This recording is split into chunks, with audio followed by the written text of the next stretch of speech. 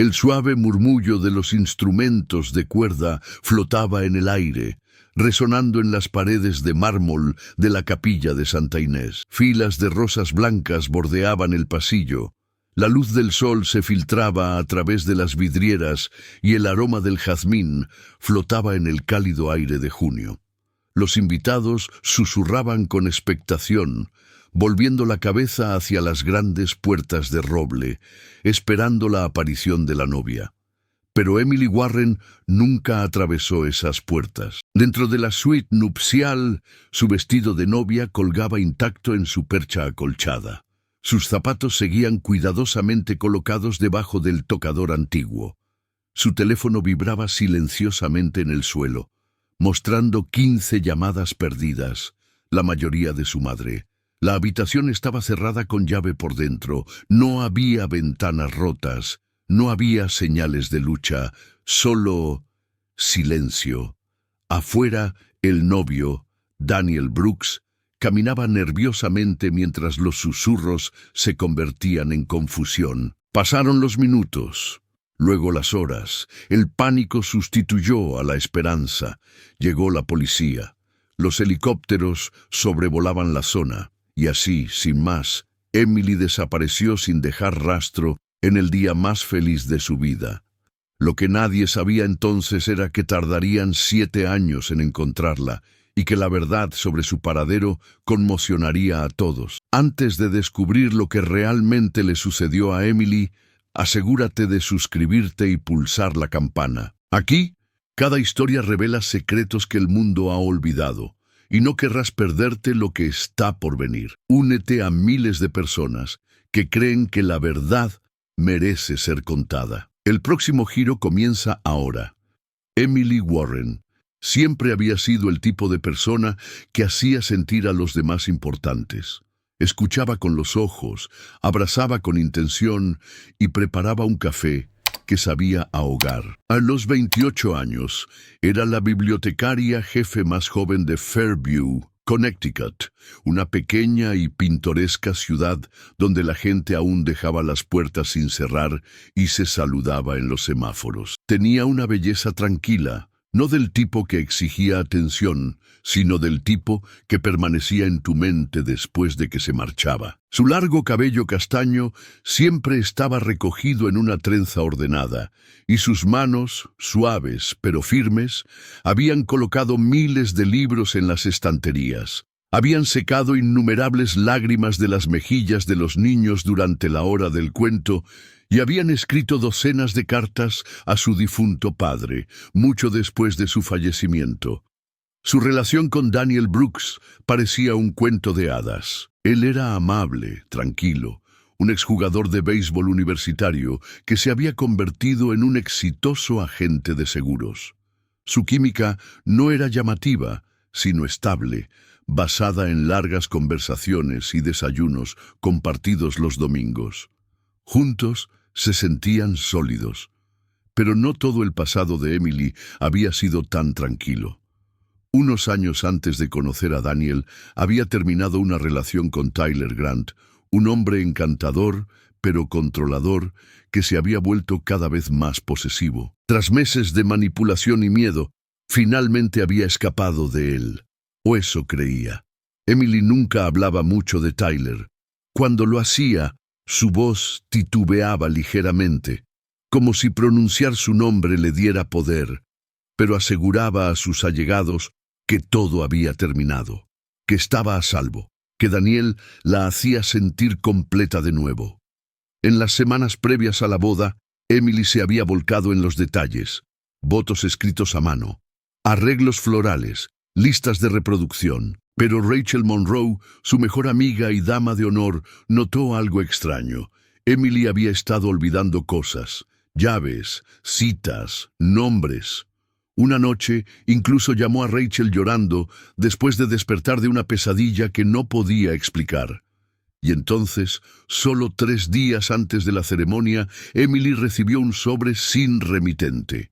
Dentro había una sola foto Polaroid, borrosa, oscura, pero sin duda tomada desde fuera de la ventana de su apartamento. No se lo contó a Daniel, no se lo contó a nadie, pero la forma en que le temblaba la mano cuando sostenía esa foto lo decía todo. Más que nada, Emily Warren quería paz, no la que se encuentra en el silencio, sino la que vive dentro de una persona, la tranquila seguridad de que todo va a salir bien. Después de años de inestabilidad, desamor y curación, creía que por fin había encontrado esa paz con Daniel Brooks. Su relación no era dramática ni ruidosa, era cálida, digna de confianza. Daniel respetaba sus límites, celebraba sus peculiaridades y nunca la presionaba para que compartiera lo que no estaba preparada para compartir. Emily solía decirle a Rachel que con él se sentía como en casa. Su madre, Linda, se había mostrado escéptica al principio, protectora, sobre todo después de lo que Emily había sufrido con Tyler, pero incluso ella había llegado a admirar la inquebrantable gentileza de Daniel. Planear la boda había sido una distracción alegre, aunque caótica. Emily quería que todo fuera íntimo. Tarjetas escritas a mano para las mesas, flores silvestres del jardín de su abuela, una pequeña capilla rodeada de árboles. Incluso tenía una lista de reproducción con versiones de jazz que ella y Daniel bailaban en la cocina. Era su sueño hecho realidad. Pero a medida que se acercaba la boda, algo cambió. Todo empezó con un sueño. Emily se despertó jadeando, empapada en sudor, convencida de que alguien había estado en el apartamento. Daniel la encontró sentada en el suelo del baño temblando. Ella lo restó importancia. Solo era una pesadilla. Pero durante los días siguientes, las pesadillas se hicieron más frecuentes, siempre con la misma sensación, que la observaban, que la seguían, que la perseguían. Una tarde, mientras volvía a casa del trabajo, vio un coche parado al otro lado de la calle. Un Ford Crown Victoria negro con las ventanas tintadas. Intentó memorizar la matrícula, pero se alejó a toda velocidad antes de que pudiera hacerlo. Unos días más tarde, volvió, aparcado 2 manzanas más abajo. Luego se fue, y volvió de nuevo. Rachel la instó a que lo denunciara, pero Emily dudó. «¿Y si no es nada?», dijo, tratando de restarle importancia, pero sus ojos delataban su tranquilidad. El momento más escalofriante llegó una semana antes de la boda. Emily estaba caminando por la librería del centro cuando alguien chocó con ella. Se disculpó instintivamente, pero cuando levantó la vista, el hombre ya se había ido. En su bolso, entre la cartera y el teléfono, había un trozo de papel doblado. No había sobre. Solo una frase, escrita a mano con tinta roja. «Prometiste que nunca me olvidarías». Sus manos se paralizaron, se le hizo un nudo en la garganta. Esa letra la conocía. No la había visto en años, pero la reconocía. Tyler. No había pronunciado ese nombre en casi 3 años. Después de dejarlo, Emily se mudó de apartamento, bloqueó todos los números que él utilizaba y borró sus redes sociales. Él había desaparecido tras una discusión con Linda, en la que ella le amenazó con emprender acciones legales si volvía a ponerse en contacto con su hija. La nota le pareció un susurro procedente de una tumba que había enterrado en lo más profundo de su ser. No se lo contó a su madre. No quería preocupar a Daniel. Pero algo cambió en ella después de aquello. Sus ojos se movían con más rapidez. Comprobaba 2 veces las cerraduras. Dejó de salir sola por la noche. Incluso en casa, con Daniel a su lado, no conseguía relajarse del todo. 3 días antes de la boda, recibió la Polaroid. Una foto borrosa, claramente tomada de noche, desde fuera de la ventana de su salón. La luz del interior hacía que el reflejo fuera lo suficientemente nítido. Emily, acurrucada en el sofá, leyendo un libro, sin saber que alguien la observaba. Mantuvo esa foto en sus manos durante más de 1 hora antes de esconderla detrás de la estantería. No había remitente, ni nota, ni huellas dactilares. El instinto de Emily le gritaba que corriera, que hablara, que avisara a alguien, pero el miedo tiene una forma de envolverte el cuello con sus dedos y convencerte de que el silencio es más seguro. Daniel notó que estaba más callada, más distraída. Cuando le preguntó qué le pasaba, ella sonrió y dijo que solo eran los nervios. Linda también lo notó. La víspera de la cena de ensayo llevó a su hija a un lado. «No estarás teniendo dudas, ¿verdad?». Emily negó con la cabeza. «No, no sobre Daniel». «Entonces, ¿sobre qué?». Emily bajó la mirada. «Solo recuerdos». No dio más detalles. La noche antes de la boda, Emily se quedó en una pequeña casa de invitados en la propiedad de su madre, como era tradición. Rachel fue a visitarla con vino y películas para que se relajara. Se rieron, cotillearon e incluso lloraron un poco. Emily pareció más tranquila durante unas horas, pero cuando Rachel se marchó a medianoche, Emily se quedó en la puerta durante un largo rato, contemplando cómo se mecían los árboles con el viento. En lo más profundo de su ser, algo le decía que esa sería la última vez que vería el mundo tal y como lo conocía. Volvió a entrar, cerró todas las ventanas y todas las puertas. Apagó las luces. Se acostó en la cama, completamente vestida, y se quedó mirando al techo. Afuera, en el bosque detrás de la casa, una figura se alzaba justo más allá de la línea de árboles, inmóvil, esperando. La mañana de la boda comenzó como un sueño, o al menos así lo describiría Rachel más tarde. La luz del sol se filtraba a través de las ventanas de la casa de invitados en rayos dorados. Los pájaros cantaban. El césped brillaba con el rocío. Dentro, Emily estaba sentada en silencio frente al tocador, su reflejo tranquilo, casi sereno. Su vestido colgaba cerca, delicado y color marfil. Las brochas de maquillaje y las horquillas estaban esparcidas por el tocador, y el aroma del perfume se mezclaba con el aire fresco que entraba por la ventana entreabierta. A las 10:42 de la mañana, Rachel tomó una foto de Emily con su bata de seda, riéndose de una broma sobre los pies fríos. Más tarde, se convertiría en una de las imágenes más difundidas en los informes de noticias. Emily no parecía asustada. En todo caso, parecía preparada. A las 11:30 de la mañana, la estilista había terminado de peinarla y maquillarla. Rachel se marchó para vestirse en la casa principal, prometiendo volver en 15 minutos. Emily se quedó sola durante lo que debería haber sido un breve instante. Nadie volvió a verla. A las 11:55 en punto, Linda Warren llamó a la puerta para ver cómo estaba. No hubo respuesta. Probó la manilla. Estaba cerrada por dentro. Llamó. Silencio. Suponiendo que su hija estaba en el baño o meditando, no se asustó de inmediato. Pero después de 5 minutos de llamar y no escuchar nada, Linda comenzó a ponerse nerviosa. Llamó a Rachel, luego a Daniel. Todavía no había respuesta. A las 12:10 p.m., Daniel llegó visiblemente conmocionado. Llamó al móvil de Emily, pero no respondió. Golpeó la puerta, gritando cada vez más fuerte. «Emily, abre la puerta. ¿Estás bien?». Rachel regresó. Los tres se quedaron fuera de la puerta, intercambiando miradas cada vez más alarmadas. A las 12:18, Linda llamó al 911. Los primeros en llegar fueron los servicios de emergencia a las 12:26 p.m.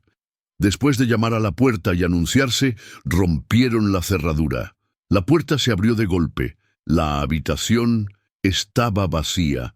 Su vestido seguía en la percha, sus zapatos debajo, su teléfono en el suelo, junto a la cama. La pantalla estaba apagada, pero había docenas de llamadas perdidas y mensajes en la pantalla de bloqueo. Su neceser de maquillaje estaba abierto, los pinceles intactos desde que Rachel se había marchado. La ventana estaba abierta. No mucho, pero lo suficiente. Una cortina blanca se agitaba perezosamente con la brisa. No había señales de lucha, ni sangre, ni cristales rotos, solo silencio. Un perro policía detectó un rastro cerca del límite de la propiedad, pero lo perdió cerca del bosque. Los agentes se desplegaron, se envió un dron, los helicópteros sobrevolaban la zona, nada. A la 1:30 de la tarde, los invitados comenzaron a llegar a la capilla. Los acomodadores saludaban a la gente con torpeza, sin saber muy bien qué decir. Dentro, Daniel estaba sentado en una habitación trasera con las manos temblorosas, susurrando el nombre de Rachel como si fuera una plegaria. Linda se paseaba fuera, con el teléfono pegado a la oreja, llamando a hospitales, amigos, a cualquiera. Linda estaba de pie en medio de la suite nupcial, mirando el vestido intacto. «Esto no tiene sentido», repetía. «Esto no tiene sentido». La policía interrogó a todo el mundo. A Rachel, a Linda, a Daniel, a los estilistas, al catering. Nadie había visto a nadie sospechoso. Nadie había oído nada extraño. Emily simplemente había desaparecido. Entonces apareció la primera pista, si se le podía llamar así. A las 3:12 p.m., un agente que patrullaba el bosque detrás de la casa de invitados encontró algo en la hierba, una cinta azul atada con un nudo flojo. No era del vestido, el pelo ni los adornos de Emily. Estaba demasiado desgastada y ligeramente rota en el extremo.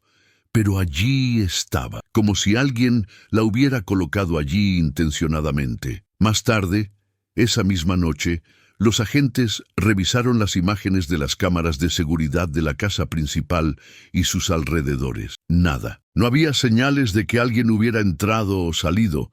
No había coches. No se veía ningún movimiento entre los árboles. Solo imágenes estáticas de calma. Por la mañana, los medios de comunicación locales se hicieron eco de la noticia.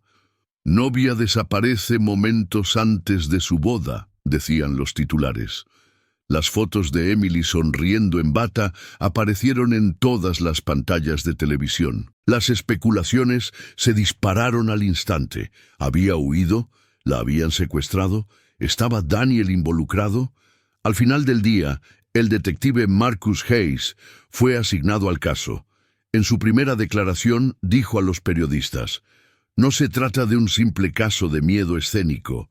Lo estamos tratando como un posible secuestro». En los días siguientes, voluntarios se unieron a la búsqueda. La cara de Emily estaba en todos los postes telefónicos de la ciudad. Se peinaron los bosques palmo a palmo. Perros rastreadores, perros adiestrados para encontrar cadáveres e incluso buzos registraron los arroyos y estanques cercanos, pero no se encontró ni rastro. La capilla se convirtió en un memorial. Había flores en el altar, un libro de visitas lleno de mensajes para una novia que nunca llegó al altar. Luego surgieron las teorías. Algunos creían que ella había planeado su desaparición. Otros estaban convencidos de que Daniel tenía algo que ver. Él cooperó plenamente, entrevistas, polígrafos, registros telefónicos, pero las sospechas se aferraban a él como el humo. Rachel fue interrogada 2 veces. También Linda. Todos los que conocían a Emily fueron interrogados. Aún así, la investigación se estancó. El momento más extraño llegó 2 semanas después. Un excursionista encontró un trozo de encaje en lo profundo del bosque, parte de una manga, rota y húmeda. Los forenses confirmaron que pertenecía al camisón de Emily. Pero ¿cómo había llegado allí? Había huido. Alguien la había arrastrado entre los árboles. No había sangre, no había huellas, solo ese trozo de tela enganchado en un arbusto espinoso. 7 días se convirtieron en 7 semanas. Luego, en meses, la esperanza se convirtió en dolor. Las especulaciones dieron paso al silencio. La policía comenzó a considerarlo un caso sin resolver. Pero en algún lugar, fuera de la vista, alguien estaba observando. La investigación sobre la desaparición de Emily Warren comenzó de inmediato, pero a medida que los días se convertían en semanas, el caso se enfriaba. El detective Marcus Hayes, un investigador experimentado con reputación de resolver casos complejos, fue asignado para dirigir la investigación. Las primeras entrevistas con familiares y amigos dieron pocos resultados. Daniel Brooks, el prometido de Emily, se mostró cooperativo, pero visiblemente angustiado. Proporcionó coartadas, registros telefónicos e incluso accedió a someterse a un polígrafo que superó.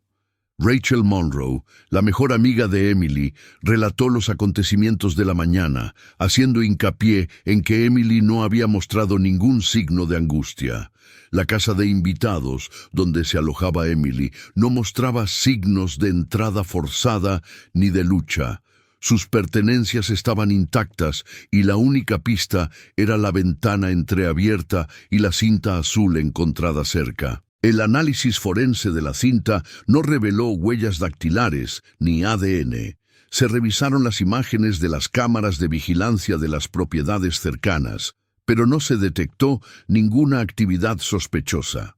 La falta de pruebas dio lugar a varias teorías, incluida la posibilidad de que Emily se hubiera marchado voluntariamente. Sin embargo, quienes la conocían descartaron esta idea, citando su entusiasmo por la boda y su estrecha relación con su familia. Mientras la investigación se estancaba, el detective Hayes volvió a investigar el pasado de Emily. Descubrió que Emily había mantenido anteriormente una relación con Tyler Grant, un hombre con antecedentes de comportamiento controlador. Aunque Emily había terminado la relación años atrás, Hayes consideró la posibilidad de que Tyler estuviera involucrado. Los intentos por localizar a Tyler resultaron difíciles. No tenía domicilio fijo y su presencia digital era mínima. Sin embargo, se produjo un avance cuando un bibliotecario local informó de que alguien que coincidía con la descripción de Tyler había sido visto en la zona semanas antes de la boda. Esta pista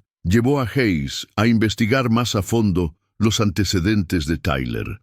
Las investigaciones posteriores revelaron que Tyler había sido despedido de su trabajo por comportamiento inapropiado y que un antiguo compañero de trabajo había solicitado una orden de alejamiento contra él. Estos hallazgos dibujaban el perfil de un hombre con un temperamento volátil y un posible motivo.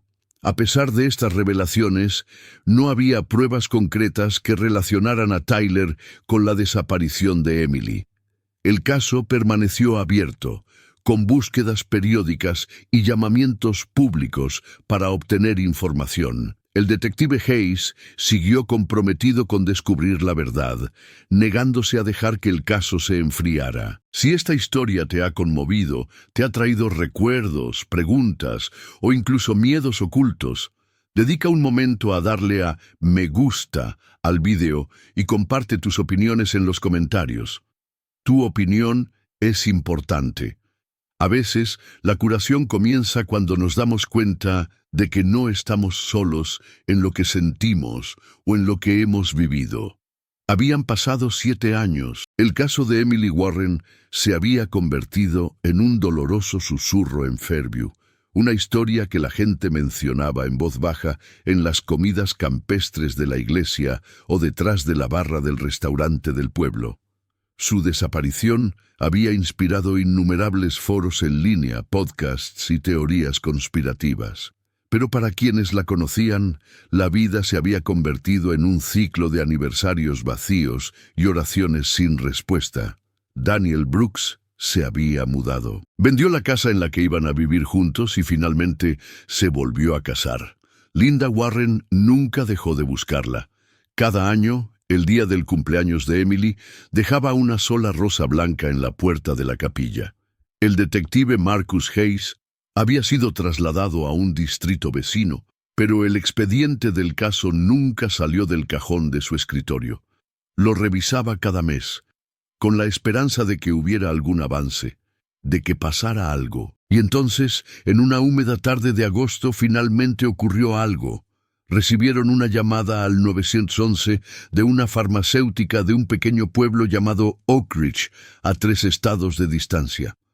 La mujer que llamó no dijo mucho, solo que había entrado un hombre con una joven que parecía asustada y que, cuando el hombre no miraba, le había pasado una nota a la farmacéutica. Decía: «Me llamo Emily.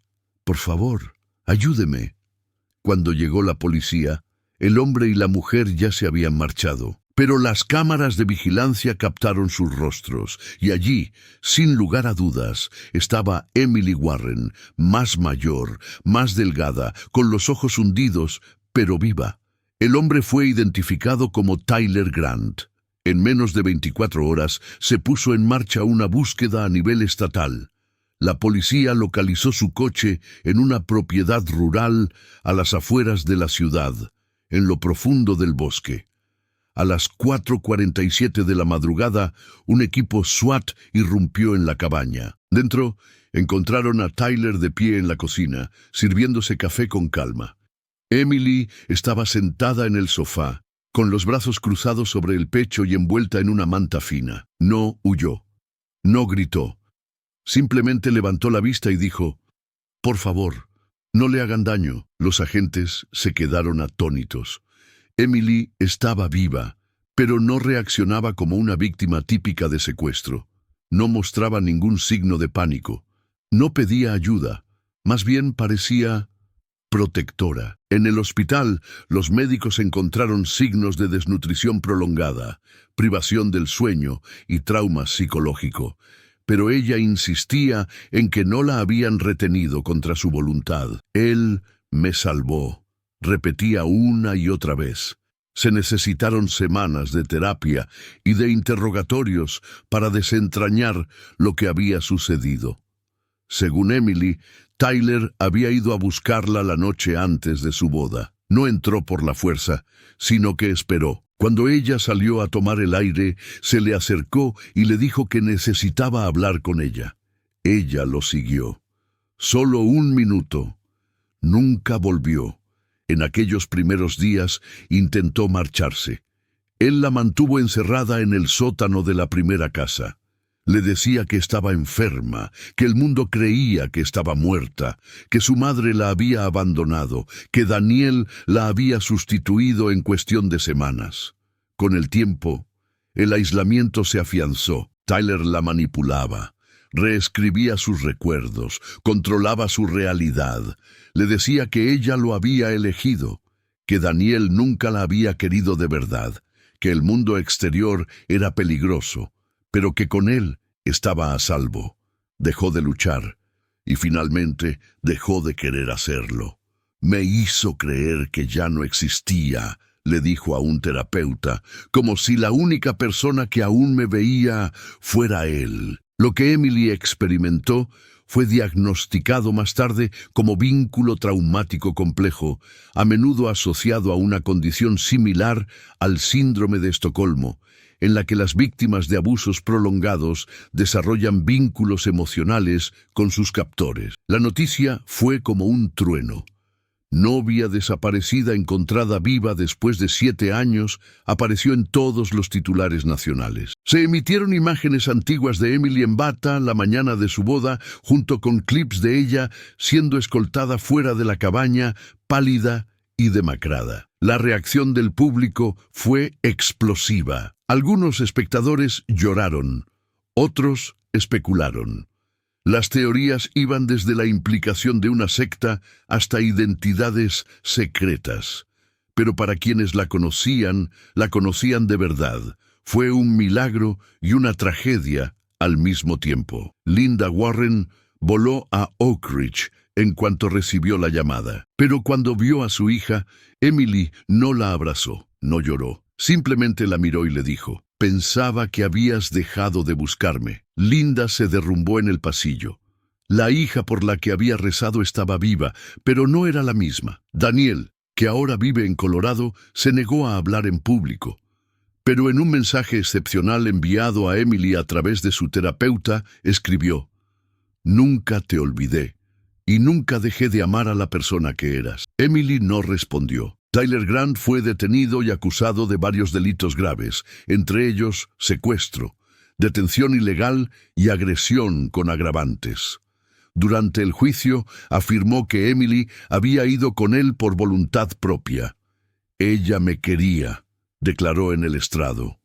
«Le di paz, Pero las pruebas contaban una historia diferente: cerrojos en todas las puertas, cortinas opacas, ninguna comunicación con el mundo exterior. Docenas de entradas en el diario en las que Emily había escrito: «Echo de menos el sol y no recuerdo mi verdadero nombre». Fue condenado a 45 años de prisión. Emily, tras meses de atención médica y tratamiento psiquiátrico, se mudó a un centro de recuperación transitoria con una nueva identidad. Sus terapeutas le aconsejaron limitar el contacto con los medios de comunicación, y ella aceptó. «Ya no sé quién soy ahí fuera», dijo, «pero me gustaría descubrirlo». Emily Warren no regresó a Fairview, la ciudad que en su día se llenó de vigilias y marchas con velas para pedir su regreso a salvo. Se había convertido en un lugar congelado en el pasado. Aunque muchos esperaban su regreso a casa, la verdad era mucho más complicada. La mujer que se marchó a los 28 años había regresado a los 35, pero en realidad no había regresado en absoluto.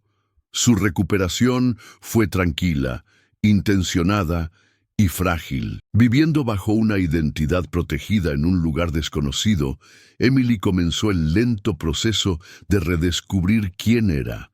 Empezó a pintar, algo que le encantaba cuando era adolescente. Volvió a escribir poesía, no sobre el cautiverio o la fuga, sino sobre la quietud, los colores, las cosas que la hacían sentir real. Algunos días se despertaba creyendo que todo había sido un sueño. Otros días no podía levantarse de la cama. La condena de Tyler Grant le supuso un alivio, pero no le ayudó a cerrar el capítulo. Emily no asistió a la sentencia. Sus terapeutas se lo desaconsejaron y ella estuvo de acuerdo. «No necesito verlo castigado», les dijo. «Solo necesito recordar que ya no soy suya».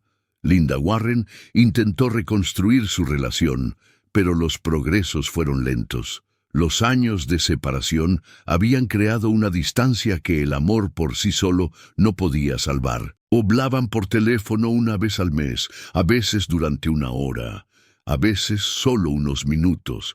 Tenían que volver a ganarse la confianza, palabra a palabra. Rachel Monroe la visitó una vez, con el consentimiento de Emily. Pasaron la mayor parte de la tarde en silencio.